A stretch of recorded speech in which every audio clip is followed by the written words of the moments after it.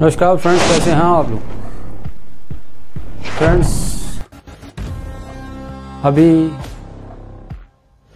Mood कर रहा था कि मैं वीडियो बना डालूं। अभी पहले मैंने ये डिसाइड किया था कि सुबह वीडियो बनाता हूं और आपसे सुबह मिलूंगा। फिर अचानक माइंड हुआ कि आपसे वीडियो बना के अभी दे देते हैं। तो आप हमारे चैनल जौहरगढ़ पर हमारी वीडियोस को लाइक कर रहे हैं और लेकिन सब्सक्राइबर्स अभी नहीं आए हैं उतने, तो आप कृपया हमारे चैनल को सब्सक्राइब भी कीजिए और हमारा जो कमेंट सेक्शन है वो भी खाली पड़ा है। आप चाहें तो कमेंट भी कर सकते हैं। और आज के वीडियो की तरफ हम चलते हैं। नमस्कार साथियों, हमारा आज का जो विषय है वो राजनीति पर आधारित है और इस वीडियो में हम जो बात करने वाले हैं वो हमारी जो राय है राजनीति के में जो चल रहा है फ़िलहाल उस पर है। दोस्तों, जब हम राजनीति की बात करते हैं तो मैं समझता हूं कि हमें अपनी बात को बिना लाग लपेट और बिना किसी गोलमोल बात किए अपनी बात को सीधे स्पष्ट तरीके से करनी चाहिए और बिना कोई उसमें मिलावट किए हुए कोई भी लाग लपेट और इधर उधर की बात नहीं करनी चाहिए दोस्तों। और मुझे लगता है कि जो पत्रकार सीधी और स्पष्ट बात करने में जो हमारे जो पत्रकार हैं वो जो सीधी बात करते हैं वो हैं रवीश कुमार जी। और उनकी जो बात रहती है सीधी रहती है और स्पष्ट बात करते हैं बिना इधर उधर की और बिना कोई हेर फेर किए हुए। सो यही ताकत होती है दोस्तों कलम की, और उनकी बात सुनी भी जाती है और उनकी पत्रकारिता से बहुत लोग परेशान भी हैं, क्योंकि सच जो होता है वो कड़वा होता है। दोस्तों, काफ़ी समय से मैं अपनी बात करने की इस विषय पर कोशिश कर रहा था, लेकिन क्योंकि मैं एक कोई प्रोफेशनल जर्नलिस्ट तो नहीं हूँ, लेकिन फिर भी जो मेरी राय थी वो मैं करना चाहता था अपनी वीडियो के ज़रिए। और मैं चाहता था कि मैं भी अपनी तरीके से जो मैं बात रख सकता हूँ वो मैं ज़रूर रखूँ। दोस्तों, हमारा देश विशाल देश है और इस विशाल देश में इसको संभालने के लिए एक सिस्टम बना है जो संविधान पे आधारित है।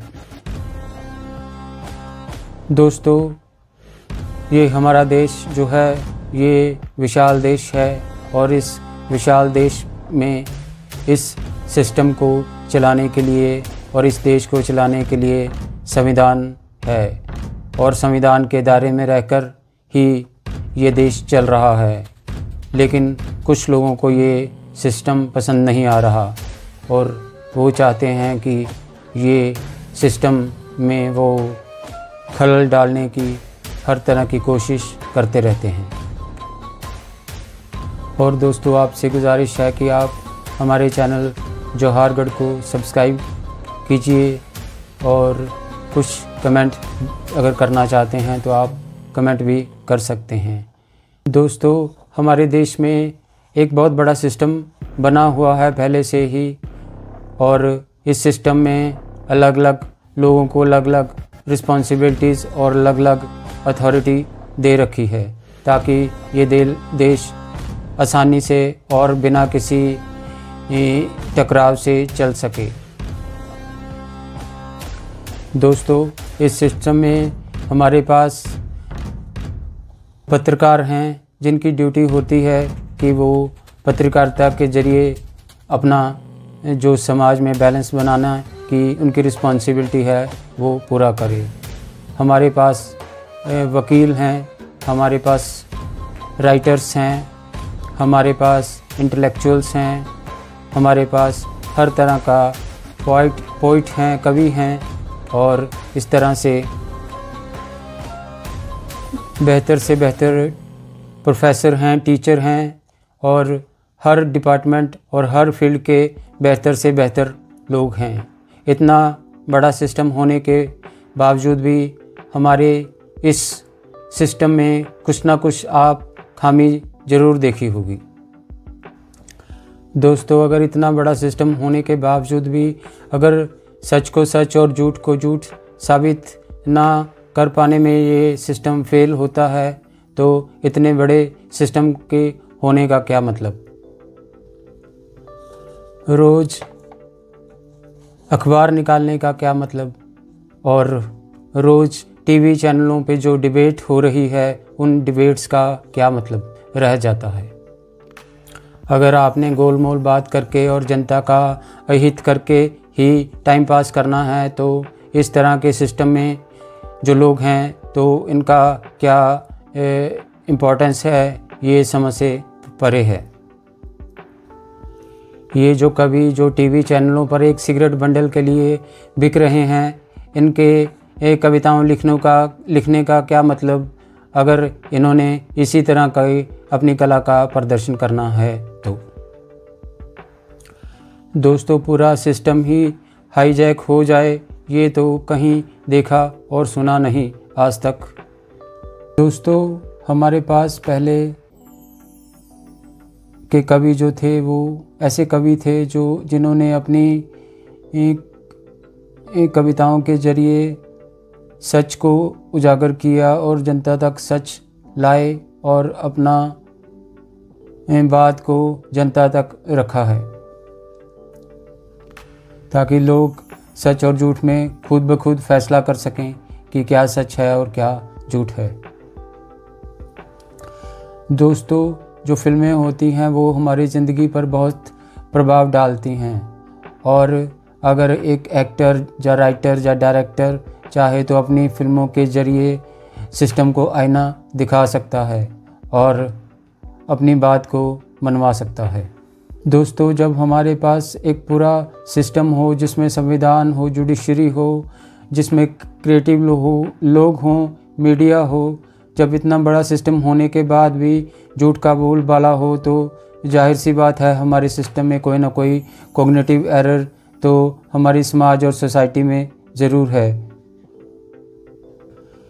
हमारे सिस्टम में ये जो सेल्फ स्टाइल्ड इंटेलेक्चुअल्स, राइटर्स और सेलिब्रिटीज़ बनकर ये लोग बैठे हैं, तो कई लोगों की इनसे उम्मीद होती है कि ये कुछ ना कुछ हमारे लिए या सोसाइटी के लिए करेंगे, लेकिन ये सोसाइटी के लिए कुछ भी नहीं करते और सिर्फ एक सेलिब्रिटी स्टेटस का जो ये एंजॉय कर रहे हैं बिना किसी अपनी रिस्पॉन्सिबिलिटी के, जो कि इनकी सोसाइटी की तरफ जो रिस्पॉन्सिबिलिटी है। तो इस तरह के लोगों के बारे में आप अपनी राय व्यक्त कीजिए कि ये सिर्फ नाम के लोग हैं या कोई काम के भी हैं। इसके अलावा दोस्तों, जो भी यूट्यूब पर हमारे न्यूज़ चैनल्स के ज़रिए जो भी रिपोर्टर और पत्रकार अपनी पत्रकारिता कर रहे हैं, वो अपनी बात तो कहते हैं, लेकिन वो बात लोगों को शायद एक तरह से समझ नहीं आती, या वो उस बात को समझना नहीं चाहते कि ये सच कह रहे हैं या झूठ कह रहे हैं। वो उस बात को सीरियसली नहीं लेते, क्योंकि ये जो यूट्यूब के जो चैनल्स हैं इनके पास वैसे ही पहले लिमिटेड रिसोर्सेज होते हैं, तो वो उस लिमिटेड रिसोर्सेज से जो अपनी बात को रखते हैं उसमें थोड़ा बड़े चैनल्स के मुकाबले वो अपनी बात को सही ढंग से रख पाने में कामयाब नहीं होते हैं। दोस्तों, जितने भी ये बड़े बड़े टीवी चैनल्स हैं ये जमकर झूठ जनता के सामने परोस रहे हैं और जनता बेवकूफ़ों की तरह इनकी बात को सच मानकर उसी बात पे एक्शन ले रही है और अपना नुकसान भी कर रही है और इस सोसाइटी का भी नुकसान कर रही है। तो आखिर में दोस्तों मैं ये कहना चाहूँगा कि ये जो डिसबैलेंस जो पैसे के दम पे क्रिएट किया गया है, ये उन लोगों ने अपने हित के लिए किया है और ये जो लड़ाई है ये अमीर और गरीब की लड़ाई है और इसमें अमीर एक तरफ है और गरीब एक तरफ। और दोस्तों, अंत में इतना ही कहूँगा कि अगर आप मेरी बात से इत्तेफाक रखते हैं तो आप अपनी बात को कमेंट के ज़रिए हमें बता सकते हैं और हमारे चैनल को भी सब्सक्राइब कर सकते हैं। और बात अभी बाकी है दोस्तों। जय हिंद।